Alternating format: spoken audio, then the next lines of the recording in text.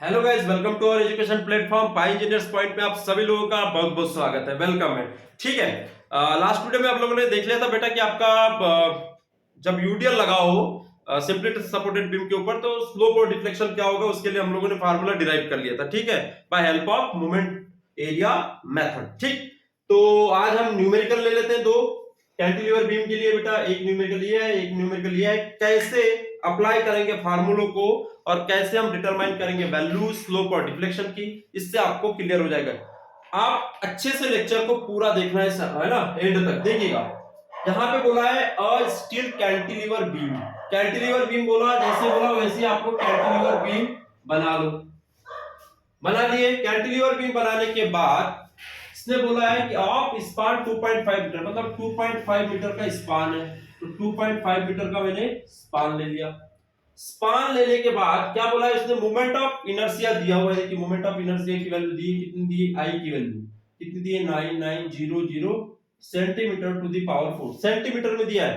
1 metre बराबर आपको पता है 1 मीटर बराबर क्या होता है, 100 सेंटीमीटर होता है। ये बात याद होनी चाहिए। ठीक, अब ध्यान दीजिएगा, डिफ्लेक्शन एट फ्री एंड। देखिए लोड एट एंड, एंड क्या होगा, यही होगा, फिक्स एंड पे तो लगा नहीं है लोड, है ना, फ्री एंड पे लगा होता है ना। तो यहां पे लोड कितना लगा है, W लगा है। ठीक है, deflection at free end, deflection at free end not exceed to 0.75, मतलब डिफ्लेक्शन की वैल्यू दे दी गई है। क्या दे दी गई है, इस तरह से डिफ्लेक्शन होगा इसका, तो यहां से यहां तक की वैल्यू जो दी है वो क्या है, 0.75 सेंटीमीटर दे दी गई है। y की वैल्यू दे दी गई है, किसकी वैल्यू है, y की वैल्यू। ठीक है, y की वैल्यू दे दी गई है। E की वैल्यू गिवन है 210 गीगा पास्कल है। E की वैल्यू मतलब गीगा न्यूटन पर मीटर, गीगा का मतलब 10 to the power 9, 210 into 10 to the power 9 giga मतलब है ना, या गीगा गीगा जो बोलना है बोल लो, न्यूटन पर मीटर स्क्वायर है ना, गीगा ही बोलो, गीगा ही बोला जाता है जनरली। तो गीगा का मतलब होता है 10 टू द पावर 9। कर दिया मैंने। तो इस तरह से आपको करते आना चाहिए। ठीक, तो अब हमें क्या फाइंड आउट करना है बेटा, यहाँ पे W की वैल्यू ही फाइंड आउट करना है। इस W की वैल्यू क्या होगी डिटरमाइन करना है। तो ध्यान दीजिएगा, डिफ्लेक्शन का फार्मूला क्या होता है कैंटिलीवर बीम के लिए, वी नो, क्या जानते हैं बेटा हम लोग, वी नो y बराबर जो होता है सिंपली कैंटिलीवर बीम के लिए जब एंड में पॉइंट लोड लगाओ तो क्या होता है, W L का क्यूब अपॉन 3EI, यही फार्मूला होता है। कहीं P होगा, यहाँ पे P होगा तो यहाँ P आ जाएगा, यहाँ पे 50 होगा तो यहाँ 50 आ जाएगा। ठीक, तो इससे कंफ्यूज नहीं होना। तो देखिए यहाँ पे 0.75 सेंटीमीटर y की वैल्यू है, मतलब क्या, इसको क्या लिख सकता हूँ, 0.75 into 10 to the power -2 meter कर सकता हूँ। मतलब सेंटीमीटर को मीटर में कन्वर्ट करना है तो मुझे 100 से डिवाइड देना पड़ेगा, मतलब -10 टू द पावर -2 का मल्टीप्लाई करना पड़ेगा। तो क्या हो जाएगा यहाँ पे 10 to 0.75 into 10 to the power -2 is equal to, W की वैल्यू पता नहीं, निकालना है इसी की वैल्यू। स्पान L कितना है, 2.5 का क्यूब, मीटर में है ना, ये भी मीटर में हो गया, ये भी मीटर में। 3 है तो 3, E की वैल्यू देखो मीटर में है, न्यूटन मीटर में, तो रख दो 210 into 10 to the power 9 into I की वैल्यू मुझे मीटर में रखनी है क्योंकि ये सेंटीमीटर में, तो सेंटीमीटर में तो अभी रख देता हूं 00 इंटू आ जाएगा क्या, सेंटीमीटर 4 बार है, 1 मीटर में 100 सेंटीमीटर होते हैं, तो सेंटीमीटर को मीटर में कन्वर्ट करने के लिए 100 से डिवाइड करना पड़ेगा, लेकिन 4 बार करना पड़ेगा, मतलब 10 टू दी पावर 4 बार 100 होगा तो कितना होगा, माइनस कितना हो जाएगा, ये 8 हो जाएगा। ठीक है, तो यहां से W की वैल्यू देख लीजिएगा क्या आ रही है निकल के, न्यूटन में आएगी यहाँ पे वैल्यू निकल के, कितनी आ रही है, आप लोग कैलकुलेशन में सॉल्व करो, मैं देखता हूं यहाँ पे कितनी आ रही है। यहां पे आ रही है 29.94 into 10 to the power 3 newton, मतलब ये 10 टू द पावर 3 को मैं किलो न्यूटन में कर लूंगा तो ये आ जाएगा 29.94 kilo Newton. That's my answer.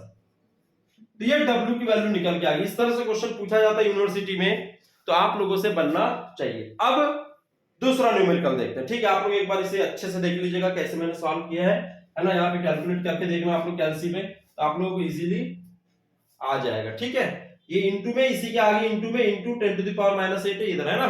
ठीक है, अब ये क्वेश्चन है कैंटिलीवर बीम है, फिर से कैंटिलीवर बीम तुरंत बना लिया करो, कैंटिलीवर बीम बना लिया मैंने। स्पान 3 मीटर है तो 3 मीटर स्पान, 15 सेंटीमीटर वाइड बोला है ना। 15 मतलब इसका क्रॉस सेक्शन दे दिया है, तो क्रॉस सेक्शन बना लो। वाइड ये 15 सेंटीमीटर वाइड और डीप है 25 सेंटीमीटर, डेप्थ दे दिया है 25 सेंटीमीटर, है ना। उसके बाद UDL of 20 kilo newton on whole span, पूरे स्पान के ऊपर कितना का यूडीएल लगा है, 20 किलो न्यूटन पर मीटर का यूडीएल लगा हुआ है। And 25 kilo newton load at free end, और 25 किलो न्यूटन का और एक लोड लगा है फ्री एंड के ऊपर। तो यहाँ पे 25 किलो न्यूटन का और एक लोड लगा है, तो लगा दिए, ठीक है। फाइंड थीटा एंड वाई, मतलब कि स्लोप और डिफ्लेक्शन डिटरमाइन करना है। और कैंटिलीवर में फ्री एंड पे निकल के आता है, इतना तो पता है आप लोगों को। चलिए तो फार्मूला लगा देते हैं हम लोग। फार्मूला लगाने के पहले आई की वैल्यू निकालनी पड़ेगी। तो आई की वैल्यू क्या हो जाएगी, रेक्टेंगुलर सेक्शन है, विड्थ और डेप्थ दी है, मतलब रेक्टेंगुलर सेक्शन होगा। तो क्या निकलेगा, BD क्यूब बाय 12 का फार्मूला लगा दो। तो क्या आ जाएगा, यहाँ पे देखिएगा क्या आ जाएगा। B की वैल्यू कितनी है बेटा 15, D की वैल्यू 25 का क्यूब डिवाइड बाय 12। देखिए कितना आ रहा है सेंटीमीटर में, तो सेंटीमीटर टू द पावर 4 में आएगा, है ना। देखिए कितना आएगा, देखिए बेटा कितना आएगा। तो ये आएगा आंसर मेरा इसका 1953 सेंटीमीटर टू दी पावर 4, इतना आंसर आएगा। 1953 सेंटीमीटर टू दी पावर 4, इतना आंसर आ गया। आई की वैल्यू आ गई मेरे पास। तो इसको मैं कन्वर्ट कर दूंगा 1953 into 10 to the power -8 meter to the power 4। 10 to the power -8 कर दो तो मीटर में कन्वर्ट हो जाता है। -8 का मल्टीप्लाई कर दो 10 टू दी पावर -8 का, तो मीटर में कन्वर्ट हो जाता है, ठीक है, मीटर टू दी पावर 4 में। ठीक, इतना समझ में आ गया। इसके बाद अब और क्या, जी ई की वैल्यू गिवन है। तो देखिएगा दो लोड है यहाँ, एक यूडीएल की वजह से होगा बेटा डिफ्लेक्शन, और दूसरा होगा पॉइंट लोड की वजह से। दो है, इन दोनों का सम ले लूंगा तो मेरा टोटल डिफ्लेक्शन निकल के आ जाएगा। तो y बराबर होगा यहाँ पे y1 प्लस y2, और थीटा बराबर होगा θ1 प्लस θ2। बात समझ में आ गई। एक यूडीएल की वजह से और एक पॉइंट लोड की वजह से। पॉइंट लोड है 25 और यूडीएल है कितना 20 किलो न्यूटन पर मीटर, दोनों की वजह से। तो y1 बराबर आ जाएगा आपका WL to the power 4 upon, आपको पता ही होगा फार्मूला EI, और θ1 बराबर जो आ जाएगा वो क्या आ जाएगा WL का क्यूब अपॉन 6EI, ये फार्मूला होता है। E की वैल्यू आ गई, I की वैल्यू आ गई, कोई दिक्कत नहीं। और y2 बराबर क्या हो जाएगा, y2 बराबर W, कैपिटल W है ना, स्मॉल w यूडीएल को, है ना। कैपिटल W कितना है 25 किलो न्यूटन, ठीक है। तो WL का क्यूब डिवाइड बाय आ जाएगा कितना 3I, और थीटा की वैल्यू जो आ जाएगी वो कितनी आ जाएगी, θ2 की वैल्यू जो आ जाएगी कितनी आ जाएगी, कितनी आ जाएगी बेटा WL का स्क्वायर बाय 2EI।